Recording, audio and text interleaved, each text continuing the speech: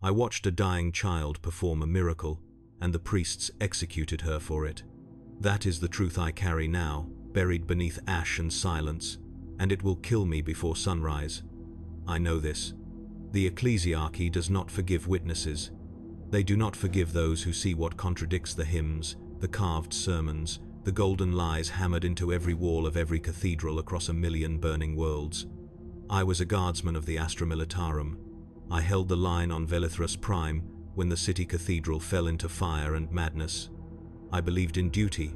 I believed in the Emperor's protection, delivered through lasfire and bayonet discipline, through the grinding attrition of flesh against darkness.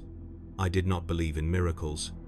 I had seen too many priests flee when the shells began to fall. The siege began 3 weeks before the girl died. The enemy came not from the void but from within cultists, we were told, seeded into the lower districts by whispers in the dark, by promises older than the Imperium itself. The Lord Commander's Vox broadcasts crackled with static and desperation. Hold the Cathedral district, hold the reliquaries, hold the symbols that keep the masses obedient. We dug in among statues of saints whose names I could not pronounce, whose marble eyes stared down at us without mercy or warmth. The air tasted of incense and burning promethium. The sky above the cathedral spires turned the color of old blood, choked with smoke from the burning hab blocks that ringed the holy quarter like broken teeth. At night I could hear the hymns of the priests echoing through shattered, stained glass, mingling with the distant screams of civilians who had not reached the evacuation points in time. I remember the weight of my Lazariful in my hands, the way the stock had been worn smooth by a dozen previous owners, each one dead now, each one forgotten. My platoon 37 men and women when we deployed, 19 when the Cathedral district became a kill zone, set up firing positions along the processional avenue, behind overturned statues of the Emperor Ascendant, his face cracked down the middle by an artillery shell that had fallen short. The Commissar walked among us with his bolt pistol gleaming, his voice cold and certain, reciting the litanies of resolve as if words alone could hold back the tide. I did not look at him. I looked instead at the great cathedral doors, brass and iron, 10 meters tall, carved with scenes of conquest and martyrdom, and I wondered if they would hold. I wondered if anything would hold. The first wave hit us at dawn on the 4th day. They came with chants that hurt to hear, syllables that twisted in the air like broken glass, and I felt my hands shake on my rifle as I fired into the massive bodies surging up the avenue. Some wore the uniforms of planetary defense forces. Some wore nothing but flayed skin and symbols painted in their own blood. They died easily enough. Last fire burned through corrupted flesh, as well as any other, but there were always more. The Commissar executed a guardsman named Torvek for hesitation, the crack of the bolt pistol louder than the firefight, and we held the line because there was nothing else to do. By midday, the avenue was a carpet of corpses and spent power cells. By nightfall, the priests had retreated deeper into the cathedral, carrying relics and scrolls, their voices no longer singing hymns but muttering prayers for deliverance that sounded more like pleas. I did not trust them. I had seen priests before, on other worlds, in other wars. I had seen them bless our regiment before deployment, anointing our lasguns with oils and incantations, promising the Emperor's protection. I had seen those same priests board the evacuation transports while we were still loading ammunition. Faith, I learned, was a currency spent most freely by those who never had to pay the cost. So when the Frateris Templar stationed themselves at the cathedral entrance, their power mauls crackling with sanctified energy, I did not feel safer. I felt watched. I felt measured. And when the strange warmth began to seep from the relic chambers deep within the cathedral, a heat that had nothing to do with fire, a presence that made the air hum like a held breath, I did not tell anyone. I only looked at the cracked statue of the Emperor and wondered if somewhere, beneath all the gold and incense, there was something true. The second wave broke us. They came not at dawn but in the middle of the night, when exhaustion had dulled our senses and the Voxnet was choked with garbled orders and screaming. They came with things that should not exist, loping shapes with too many limbs, voices that spoke in unison from mouths that split open like flowers of meat and bone. I fired until my Lazariful overheated, until my hands blistered on the barrel, until the guardsman beside me, her name was Kayla. She had a daughter on a hive world she would never see again, took a round through the throat and collapsed against my shoulder, her blood hot and slick against my flak armor. The line collapsed. The commissar was somewhere behind us, shouting orders no one could hear, and the cultists poured through the gaps like floodwater, drowning us in bodies and blades and the stench of corruption that clung to the back of my throat. I ran. I am not proud of it. I ran because the alternative was dying in a heap of bodies on an avenue whose name I did not know, for a city I had never heard of before deployment, in service to an Imperium that would not remember my name. I ran into the cathedral, through the great brass doors that hung half open, past statues of saints whose faces had been defaced by artillery, past braziers still burning with sacred oils, past alcoves filled with skulls arranged in devotional patterns. The interior was a cavern of shadow and smoke, the high vaulted ceiling lost in darkness, the stained glass windows shattered into kaleidoscopes of colored light that played across the stone floor like broken promises. I could hear the enemy behind me, their chants rising in pitch, their footsteps echoing through the nave like drumbeats. I could hear the priests somewhere deeper in the cathedral, their prayers frantic now, no longer recitations but cries. The explosion caught me in the transept. I do not know what caused it: artillery, a melter bomb, the breath of something from the warp, but the world became noise and light, and falling stone. I remember the floor rising up to meet me, the taste of blood in my mouth, the weight of rubble crushing down on my legs and chest. I remember trying to breathe and finding only dust. I remember the smell of burning incense, sickly sweet, mixing with the copper tang of my own blood. I remember closing my eyes because there was nothing else to do, and thinking distantly that this was how I would die, buried beneath a cathedral I did not believe in, on a world whose name I would forget before I suffocated. And then I saw him, not the emperor of the Ecclesiarchy, not the master of mankind enthroned in gold, wreathed in holy light, attended by seraphs and saints. I saw a man.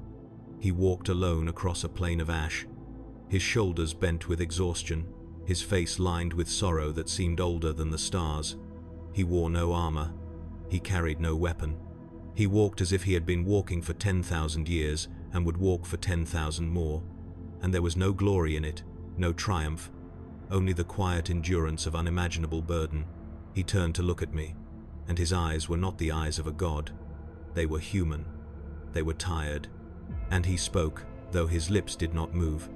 And his voice was not a voice, but a presence that settled into my chest like a weight I would carry forever.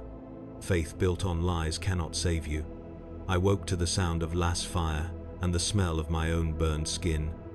The rubble had shifted, enough for me to drag myself free, my legs screaming with pain, my vision swimming with concussion and blood loss. I crawled across the transept floor, past the shattered remains of an organ whose pipes had fallen like bronze spears, past the bodies of guardsmen and cultists tangled together in death. My hands were shaking. My mind was shaking. I did not know if what I had seen was vision or madness, revelation, or the final spasm of a dying brain starved of oxygen.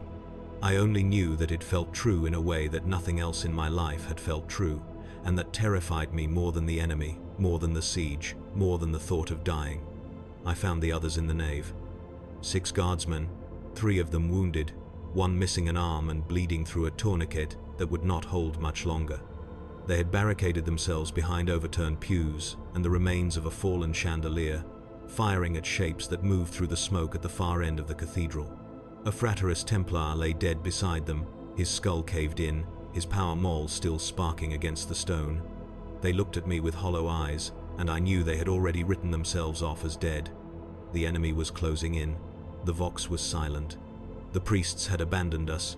There was no salvation here, no miracle, no divine intervention. There was only lass fire and desperation, and the knowledge that we would hold this place for a few more minutes before we were overwhelmed. And then I saw the girl. She was small, perhaps 8 or 10 years old, huddled behind a pillar near the altar, clutching a broken piece of a statue, the hand of the emperor, severed at the wrist, the fingers still outstretched in benediction. Her dress was torn and stained with soot. Her face was streaked with tears and blood. She should not have been here. Civilians were supposed to have been evacuated weeks ago, herded into the lower vaults or sent off-world on transports that never had enough room. But here she was, trembling and silent, staring at the piece of the statue as if it were the only thing in the universe that mattered. One of the guardsmen, a man named Varro, older than the rest of us, A veteran of the Masharian campaign saw her and cursed under his breath. "We can't protect her," he said, his voice raw with exhaustion. "We can barely protect ourselves." I said nothing. I crawled to the barricade and took up a firing position, my Lazarafel slick with blood, my hands barely able to hold it steady. The enemy was close now. I could see their faces through the smoke, twisted with hatred and exultation, mouths open in chants that made my skull ache.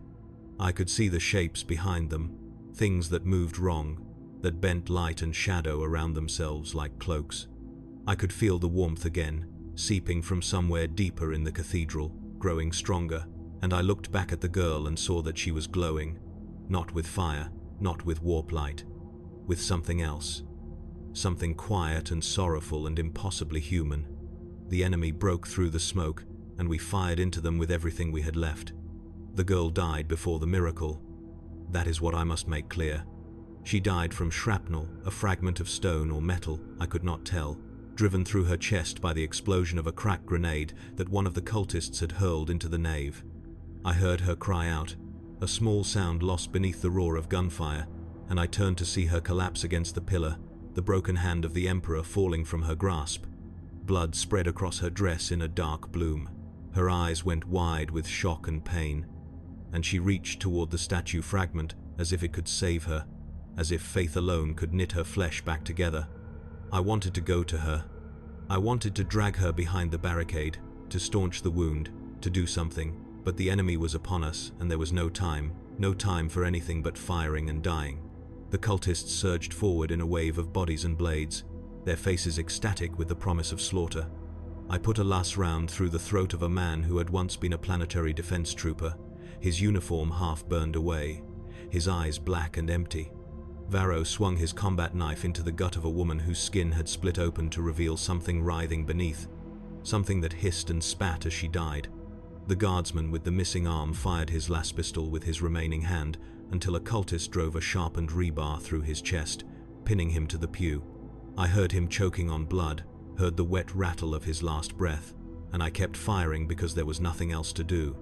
The enemy was everywhere. The nave was a slaughterhouse. The altar behind us burned with unholy fire, the aquila carved into its face blackening and cracking. And I thought, distantly, that this was how it would end, overrun in a cathedral, forgotten by the Imperium, devoured by madness. And then the girl touched the statue. She should have been dead. I had seen the wound, seen the blood, seen the light fading from her eyes. But she dragged herself forward on hands that left red smears across the stone, her breath coming in shallow gasps, her face pale as marble. She reached the broken hand of the Emperor where it had fallen, and her fingers closed around it with a grip that seemed impossibly strong for a dying child. The stone grew warm beneath her touch. I felt it from across the nave, felt it like sunlight breaking through storm clouds, felt it in my chest and my bones and the marrow of my soul. The air grew still. The sound of the battle, the screams, the last fire, the chanting began to fade, not into silence but into something beneath silence, a hush so profound that it felt like the universe itself was holding its breath. The light came not from above but from within. It erupted from the girl's hands, from the stone, from the place where her blood had soaked into the carved fingers of the Emperor. It was not the gold of Ecclesiarchy icons, not the harsh glare of searchlights or the cold radiance of plasma. It was pale and sorrowful, the color of dawn on a world that has forgotten hope, and it spread through the nave like water, washing over the stone and the bodies and the smoke. Where it touched the cultists, they simply ceased, not burned, not torn apart. They dissolved into ash and silence, their screams cut off mid-breath, their weapons clattering to the floor. Where it touched the things behind them, the shapes that should not exist, the fragments of the warp given form, they recoiled as if struck, their flesh bubbling and unmaking itself, their howls rising in pitch until they shattered into nothing. The guardsmen stopped firing. We stood frozen, our weapons still raised, our minds struggling to comprehend what we were seeing. The light did not harm us. It passed over us like cool air, and I felt the pain in my legs ease, felt the burns on my hands smooth and fade, felt the exhaustion that had been crushing me lift just enough that I could breathe without agony. Varro dropped his knife and stared at his hands. where wounds from a cultist's blade had closed into thin white scars. The guardsman, who had been bleeding out from a gut wound, looked down at his abdomen, his eyes wide with disbelief, and pressed his hand against flesh that was whole and unbroken. The fire on the altar guttered and died. The smoke began to clear.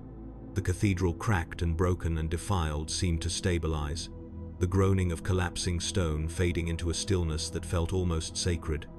And then I looked at the girl. She was standing. The wound in her chest was gone, the blood still staining her dress, but the flesh beneath whole and pale. She held the broken hand of the Emperor against her heart, and her face was streaked with tears. She was not smiling. There was no joy in her expression, no triumph. She looked instead as if she had been shown something unbearable, something that she would carry for the rest of her life, however long or short that might be. She turned to look at me, and her eyes, brown and human, and impossibly sad, met mine across the nave. Her lips moved, and though she did not speak loudly, I heard her voice as clearly as if she had whispered directly into my ear. He did not want to be worshipped, he wanted to be followed. The words struck me like a physical blow.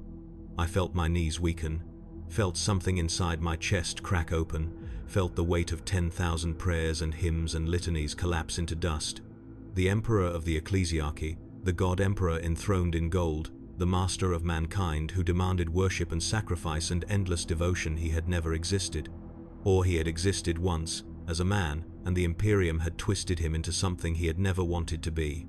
I looked at the broken hand of the statue, at the fingers still outstretched in benediction, and I understood. Faith was not the problem, lies were. The lies we built around faith, the lies we carved into stone and sang in hymns, the lies we killed and died for without ever questioning. The girl walked toward me. Her footsteps made no sound on the stone. The guardsmen parted to let her pass, their faces slack with awe and terror. She stopped in front of me and reached up, her hand small and fragile, and touched my forehead. The light flared again, soft and warm, and I felt something pour into me, not knowledge, not words, but a presence, a truth so simple and so devastating that I could not hold it without breaking. I saw him again, the man walking alone across the plain of ash, and this time I saw what he carried. The weight of humanity's suffering, the burden of choices made in desperation, the knowledge that his dream had been betrayed by those who claimed to serve him. I saw the Imperium not as it proclaimed itself, but as it truly was. A machine of cruelty and oppression, sustained by lies and blood, crushing the very people it claimed to protect. And I heard his voice again, quiet and weary, and impossibly sad. I never wanted a throne. The girl's hand fell away, and I collapsed to my knees, my rifle clattering to the floor. I was shaking, I was weeping. I did not know why. The light around the girl began to fade, slowly, like embers dying in a hearth. She staggered, her strength spent, and fell to the ground. Varro caught her before she hit the stone, cradling her in his arms, his face twisted with confusion and fear. She was still breathing, her chest rising and falling in shallow gasps, but her eyes were closed and her skin had gone cold. The miracle was over. The nave was silent. The bodies of the cultists lay scattered across the floor, reduced to ash and broken weapons, and the air smelled not of corruption but of something clean, something that reminded me of rain. I looked around at the other guardsmen. They were staring at the girl, at the broken hand of the Emperor still clutched in her small fingers, at the light that had saved us. Their faces were masks of shock and disbelief. One of them, a woman named Ilara, whispered a prayer under her breath, but it trailed off halfway through, as if she could not remember the words. Another, a young man barely old enough to shave, crossed himself in the sign of the Aquila, but his hands were shaking and his eyes were hollow. They had seen what I had seen. They had felt what I had felt, and they did not know what to do with it. Varro looked at me, his expression grim. What in the Emperor's name just happened? I did not answer. I could not.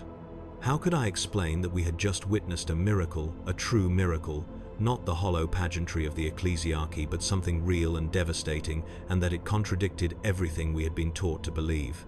How could I tell them that the girl had spoken a truth so dangerous that it could shatter the Imperium itself, if anyone with power ever learned of it?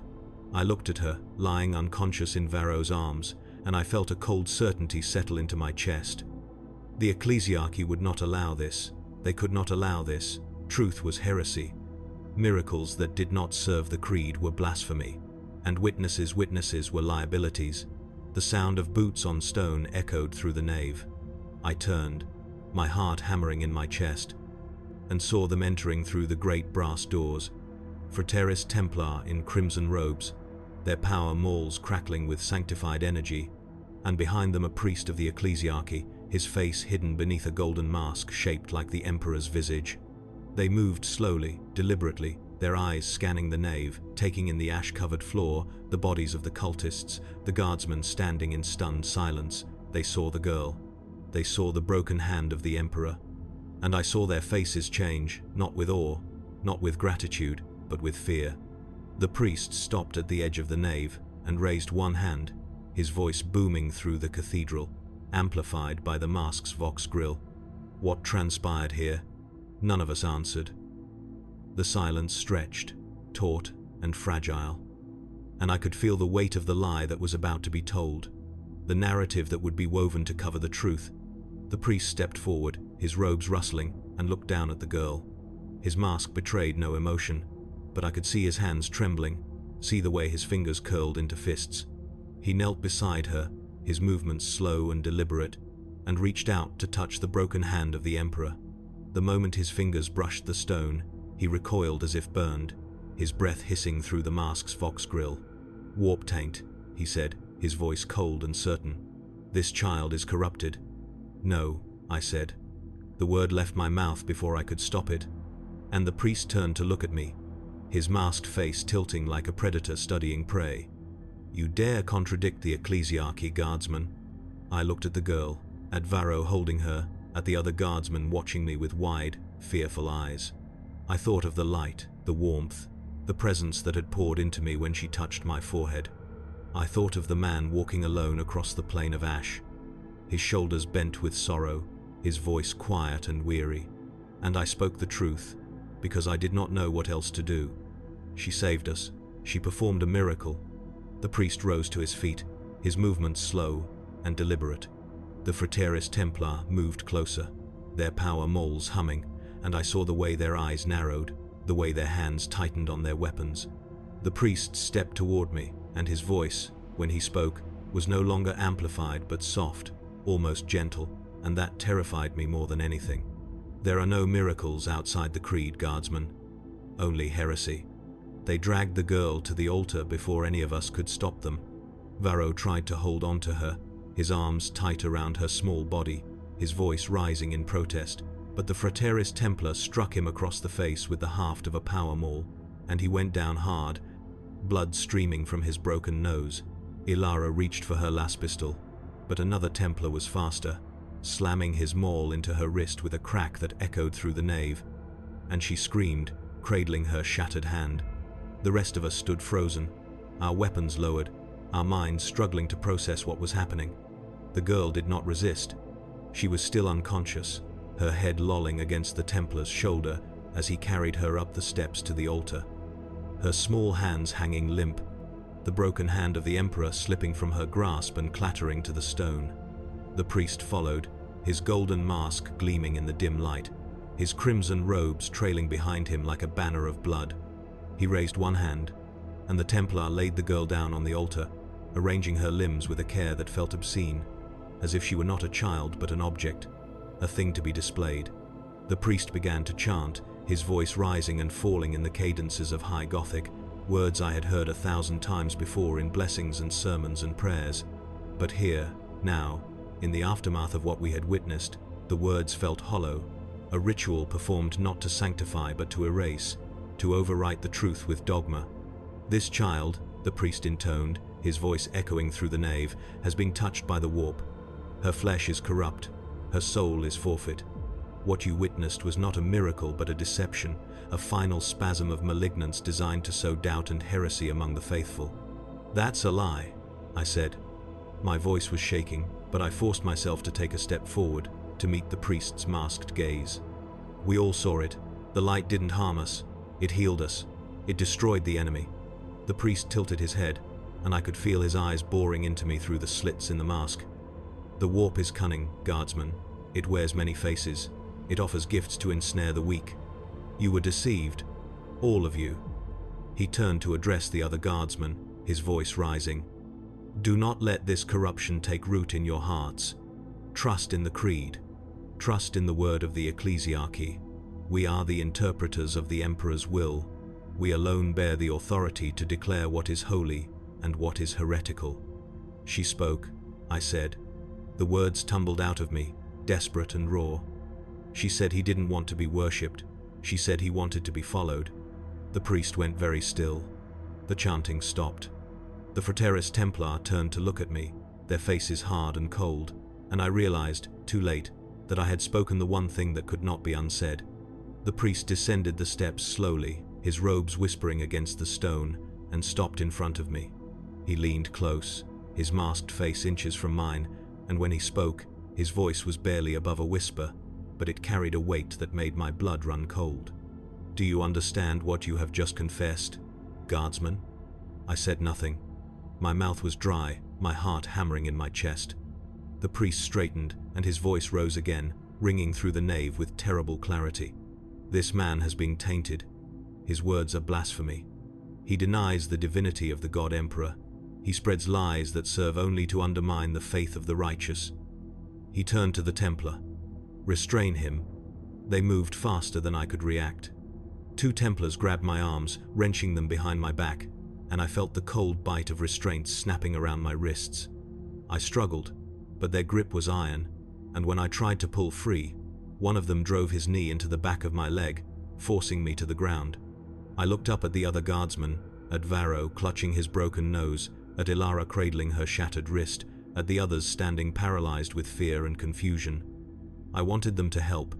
I wanted them to see what was happening, to understand that the Ecclesiarchy was not saving us but silencing us.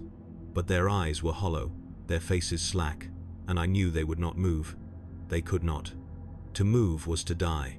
The priest returned to the altar, and I saw him draw a blade from within his robes, a knife, long and curved, its edge blackened with sacred oils, its hilt wrapped in prayer scrolls. He held it up for us to see, turning it slowly so that the dim light played across the blade, and his voice took on the tone of a judge pronouncing sentence. "This child is beyond redemption. Her flesh has been warped by forces inimical to humanity. Her soul cries out for the Emperor's mercy, and we shall grant it. Through purification by flame and blade, we return her to the golden throne, cleansed of corruption." "No," I said. The word came out as a broken rasp. "She's innocent. She saved us. You can't." The Templar holding me struck me across the face, and my vision exploded into stars and darkness. I tasted blood. My ears rang. I heard the priest's voice, distant and distorted, continuing the litany, and I forced my eyes open, forced myself to look at the altar. The girl was stirring, her eyelids fluttering, her lips moving in silent confusion. She opened her eyes and looked around, taking in the Templars, the priest, the blade in his hand. And then she looked at me. Her eyes, brown and human and impossibly sad, met mine, and I saw something in them that broke me. Not fear, not anger, only sorrow, only acceptance. She whispered, so softly that I almost did not hear her. "Do not forget what you saw." The priest raised the blade, and I screamed. I screamed and struggled and begged, but the Templars held me down, and the other guardsmen did nothing, said nothing. Their faces turned away, their eyes squeezed shut, as if by not seeing they could deny what was happening. The priest brought the blade down, swift and precise, and the girl's small body went rigid, her mouth opening in a silent cry. The light that had filled the nave, that had healed us and destroyed the enemy, flickered and died. The warmth that had seeped from the broken hand of the Emperor vanished, replaced by a cold that sank into my bones and would not leave. The priest intoned a final prayer, his voice steady and certain, and withdrew the blade, wiping it clean on the hem of his robe. The girl's blood ran across the altar, dark and thick, pooling in the carved channels meant for sacred oils. Her eyes stared up at the vaulted ceiling, empty now, reflecting nothing. The priest stepped back and raised his hands, addressing the guardsman with the authority of one who has just performed a holy duty. "The corruption has been purged. The Emperor's will is done. You have witnessed the Ecclesiarchy's mercy, the swift and righteous elimination of heresy. Speak of this to no one. What transpired here is a matter of faith, and faith is not subject to mortal judgment." He turned to the Templars. "Execute the witnesses." The words hung in the air for a moment, stark and final. I saw the guardsmen's faces go white. I saw Varro stagger to his feet, blood still streaming from his nose, his eyes wide with disbelief. I saw Ilara reach for her las pistol with her good hand, her face twisted with desperation. And I saw the Templars raise their power mauls, their movements unhurried, their faces devoid of emotion. "Wait," Varro said, his voice cracking. "We're loyal. We held the line. We fought for the Emperor." The priest did not turn. "You have been exposed to warp taint. You have heard blasphemy. You are compromised. There is no place for you in the Imperium's ranks." "We saw a miracle," Ilara said, her voice rising, shrill with fear. "We saw the Emperor's light." "You saw a lie," the priest said, "and lies must be purged." The Templars advanced, and the nave erupted into chaos. Varro lunged at the nearest Templar, driving his combat knife toward the man's throat, but the Templar was faster, sidestepping and bringing his power maul down on Varro's shoulder. The crackling energy tore through flesh and bone, and Varro collapsed, screaming, his arm hanging useless at his side. Ilara fired her las pistol, the shot going wide, and the Templar struck her across the temple, and she went down in a heap. The other guardsmen scattered, some running for the doors, some trying to fight, but the Templars cut them down with brutal efficiency, their mauls rising and falling, the crack of breaking bones echoing through the cathedral. I was still on my knees, restrained, helpless. I watched as the guardsmen, men and women who had held the line beside me, who had bled and died to defend this cursed city, were slaughtered like animals. I watched as the priest stood over the girl's body, his hands folded in prayer, his voice still chanting litanies of purification, as if the screams and the blood were simply background noise, irrelevant to the holy work he had performed. And I felt something inside me shatter, something that had been holding me together through all the wars and the horrors and the lies. I felt it break into pieces too small to ever put back together. And then the world outside the cathedral exploded into noise, las fire, explosions, the guttural roar of the enemy surging forward in another wave. The siege had not ended. The cultists were attacking again, pouring through the shattered defenses, and the Templars turned toward the doors, their attention diverted. The priest cursed under his breath, his composure slipping, and barked orders at the Templars to hold the entrance. In the confusion, the restraints on my wrists loosened. One of the Templars had not locked them properly in his haste, and I wrenched my hands free, pain flaring through my shoulders. I did not think. I rolled to the side, grabbed Varro's fallen combat knife, and ran. I ran through the transept, past the bodies of the guardsmen who had been executed, past the altar, where the girl's blood still dripped onto the stone. I ran through corridors I did not recognize, through chapels and vestries and storerooms filled with relics whose names I did not know. I could hear the Templars shouting behind me, hear the crack of las fire as the cultists breached the nave. And I did not stop. I ran until my lungs burned, until my legs gave out, until I collapsed in a dark corner of the lower vaults, gasping for air, my body shaking with exhaustion and terror. And in the darkness, alone and bleeding, I heard his voice again. They fear truth more than the darkness. I lay in the darkness for a long time, listening to the sounds of battle echo through the cathedral above. Explosions shook the stone.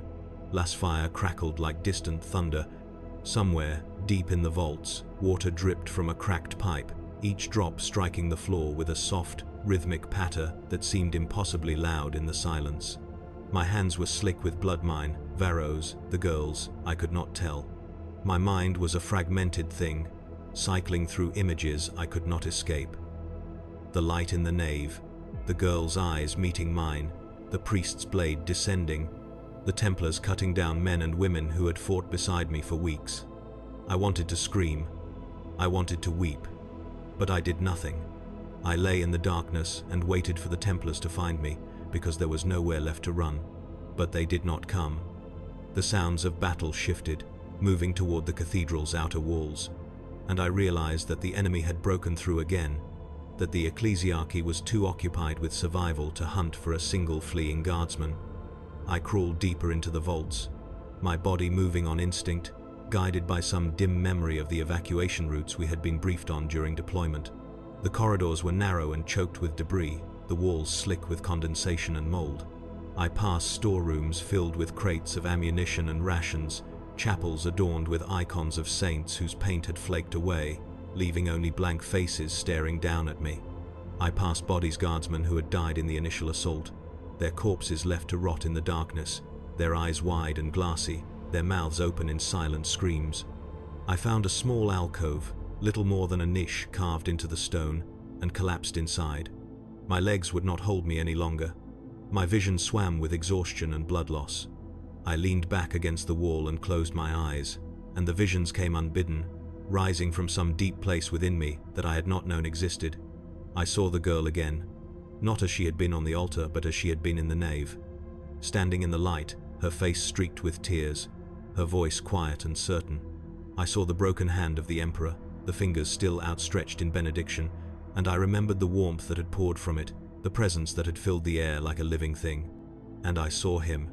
Not the Emperor of the Ecclesiarchy, not the God Emperor enthroned in gold, but the man I had seen in the first vision, walking alone across the plain of ash. He was closer now, close enough that I could see the lines etched into his face, the exhaustion in his eyes, the way his shoulders sagged beneath a burden too vast to comprehend. He stopped and looked at me, and his gaze was not wrathful or judgmental, but simply tired, as if he had seen this play out 1,000 times before and knew that it would play out 1,000 times again. He spoke, and his voice was not the booming proclamation of the Ecclesiarchy's sermons, but a quiet, sorrowful whisper. They fear truth more than the darkness. I opened my eyes, gasping, my heart hammering in my chest. The alcove was still dark, still silent, but the presence lingered, clinging to the air like smoke. I looked down at my hands and saw that they were shaking, saw the blood caked beneath my nails. And I understood. The Ecclesiarchy did not fear the enemy. They did not fear the cultists, or the daemons, or the forces of the warp. They feared truth. They feared anything that contradicted the narrative they had built, the lies they had woven into the very fabric of the Imperium. The girl's miracle was not dangerous because it was corrupt. It was dangerous because it was real. Because it revealed a truth that the Ecclesiarchy could not allow, that the Emperor had never wanted worship, that the faith built in his name was a perversion of his will, that the Imperium itself was sustained by a lie so vast that to question it was to threaten the entire structure of human civilization, and the Ecclesiarchy would kill anyone who saw that truth.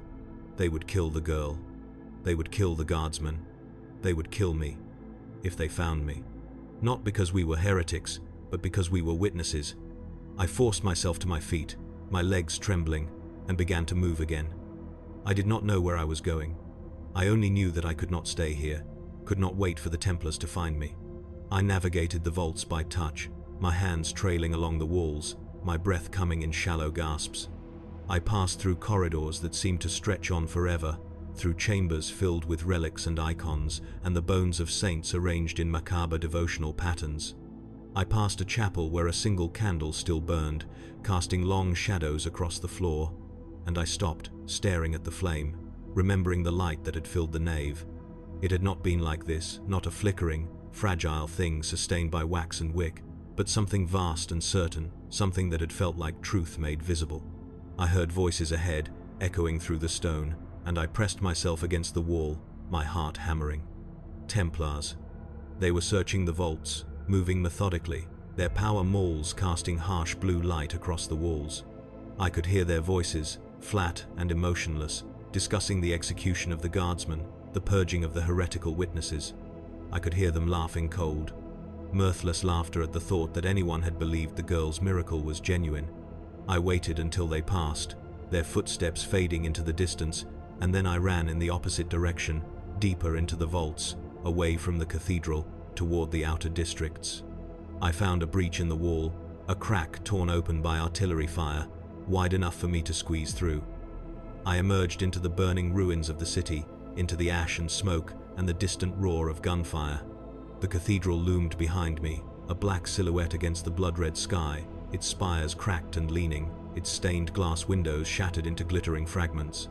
I could see the enemy moving through the streets, cultists and worse, and I knew that I was not safe here, that I would never be safe again. But I ran anyway, stumbling through the rubble, past the corpses of civilians and soldiers tangled together, past hab blocks that had collapsed into mountains of broken stone. I ran until I reached the outskirts, until the city gave way to wasteland, to ash fields, and rusted wire, and the skeletal remains of vehicles that had been abandoned when the siege began. I collapsed against the hull of a burned-out chimera, my lungs burning, my vision blurring with tears I had not realized I was shedding. I pulled a battered Vox recorder from my webbing standard issue, meant for after-action reports, and turned it on, my hands shaking so badly I could barely work the controls. I pressed the record button and began to speak, my voice broken and raw, pouring out everything I had seen, everything I had felt, the truth that I knew would die with me if I did not preserve it somehow. I spoke of the girl, I spoke of the light, I spoke of the presence that had poured into me when she touched my forehead, the vision of the Emperor walking alone, the words he had spoken. I spoke of the priest and the blade and the execution, of the Guardsman slaughtered for bearing witness, of the Ecclesiarchy's fear of truth. I spoke until the Vox recorder's battery began to die, until my voice gave out, until I had nothing left to say. And then I stopped the recording, clutched the recorder to my chest, and wept. Behind me, the city burned. The cathedral collapsed in on itself with a roar that shook the ground, its spires toppling, its walls crumbling into rubble. The girl's blood was buried beneath the stone, her body lost among the thousands of dead, her miracle erased as if it had never happened. The Ecclesiarchy would rewrite the story. They would say that a psyker had been purged, that heresy had been eliminated, that the Emperor's will had been done, and the Imperium would believe them, because the Imperium always believed them, because to do otherwise was to invite madness and death. But I had seen the truth, and I would carry it, even if it killed me. I am hiding in a ruined chapel outside the city, and I know they will find me soon.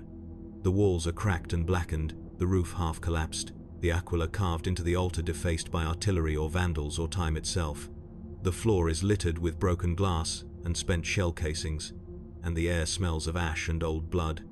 I can hear the hunting patrols in the distance, Fraternis Templar moving through the wasteland with searchlights and Auspex scanners, their voices crackling over Vox channels, coordinating their search. They are looking for me. They have been looking for me for 3 days, ever since I fled the cathedral, and I know they will not stop until I am dead, until the last witness to the girl's miracle is erased. I am freezing. The cold here is bone deep, the kind of cold that seeps into your marrow and will not leave. My uniform is torn and filthy, caked with ash and dried blood. My hands are numb, my fingers barely able to hold the stylus I am using to write this final confession. I do not know if anyone will ever read it. I do not know if the Vox recorder I left hidden in the Chimera's wreckage will ever be found, or if the Ecclesiarchy will recover it first and destroy it, but I must write this.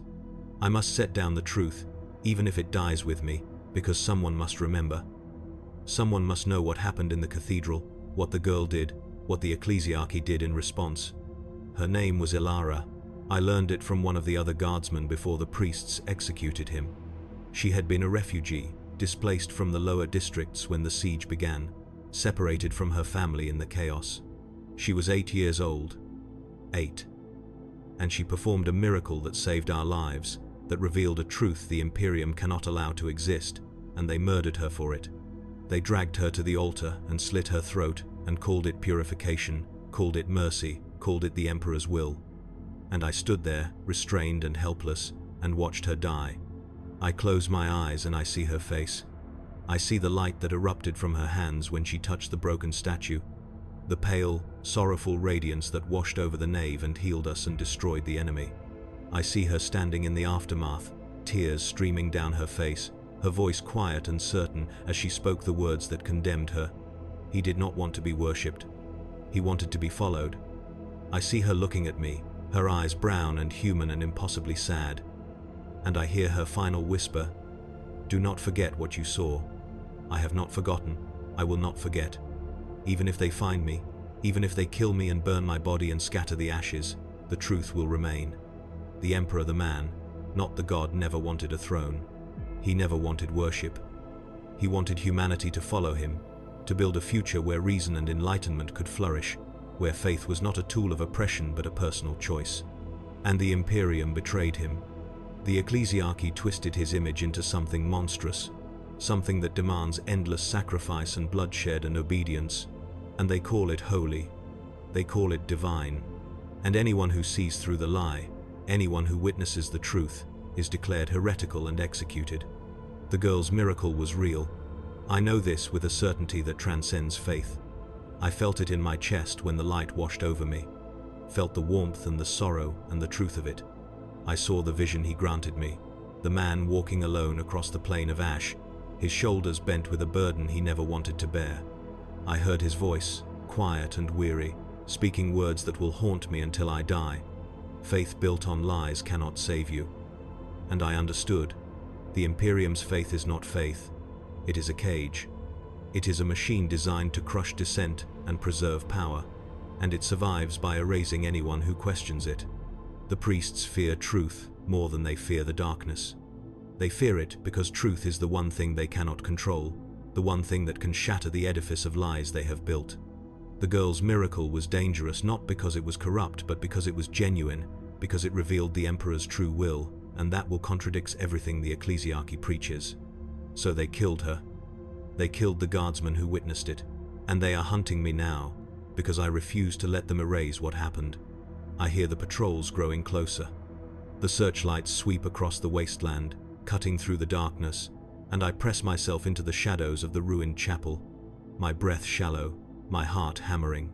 I can hear their voices, distorted by vox static, calling out orders, coordinating their search grid. They will find me. It is only a matter of time. And when they do, they will execute me. And the Ecclesiarchy will declare that the last heretical witness has been purged, and the story of Alara and her miracle will be buried forever. But I refuse to let that happen. I refuse to let her death be meaningless. I have written everything down, every detail, every moment, every word she spoke. I have hidden copies of this confession in the ruins, in the wrecks of vehicles, in the cracks of broken walls, in places the Ecclesiarchy might not think to look. I do not know if anyone will find them. I do not know if anyone will believe them. But I had to try. I had to leave something behind, some record of the truth, because the Imperium survives by erasing inconvenient truths, and I will not let them erase her. I think about Varro, lying broken on the cathedral floor, his arm shattered by a power maul, executed for trying to protect a child. I think about Alara, her wrist broken, her las pistol falling from her hand, struck down for daring to call the light a miracle. I think about the other guardsmen, men and women whose names I can barely remember now, slaughtered like animals because they saw something the Ecclesiarchy could not allow them to see. They deserved better. They deserved to die fighting the enemy, not murdered by the very priests they were supposed to protect. But the Imperium does not care about what we deserve. It only cares about control. The searchlights are closer now. I can see the beams sweeping across the chapel's broken walls, see the shadows of the Templars moving through the ruins. I grip the stylus tighter, my hand shaking, and force myself to write faster. I do not have much time left. They will be here in minutes, perhaps seconds, and when they find me, they will not hesitate. They will not ask questions. They will execute me on sight, and my body will be burned and forgotten, and the Ecclesiarchy will move on to the next war, the next purge, the next lie. But I will not die in silence. I will not let them take the truth with me. I have seen a miracle, a true miracle, and I know what it means. I know that the Emperor's silence is not approval but sorrow, that his absence is not indifference but grief for what the Imperium has become. I know that the faith we are taught to worship is a lie, a cage built to keep us obedient, and that the only true faith is the one Alara spoke of, not worship, but following, not blind devotion but conscious choice. The searchlight beam falls across the chapel entrance, harsh and blinding. I hear the crunch of boots on broken glass, hear the hum of power mauls charging. I set down the stylus and close my eyes, and I think of Alara one last time. I think of her standing in the light, her face streaked with tears, her voice quiet and certain.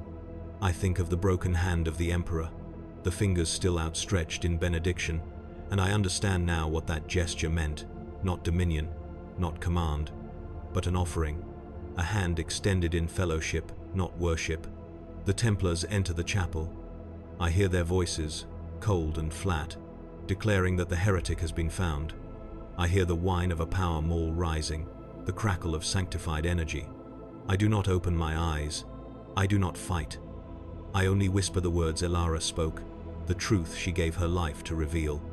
He did not want to be worshipped. He wanted to be followed. The blow falls, and the world goes dark. I saw a miracle, and now I carry the truth they fear into eternity.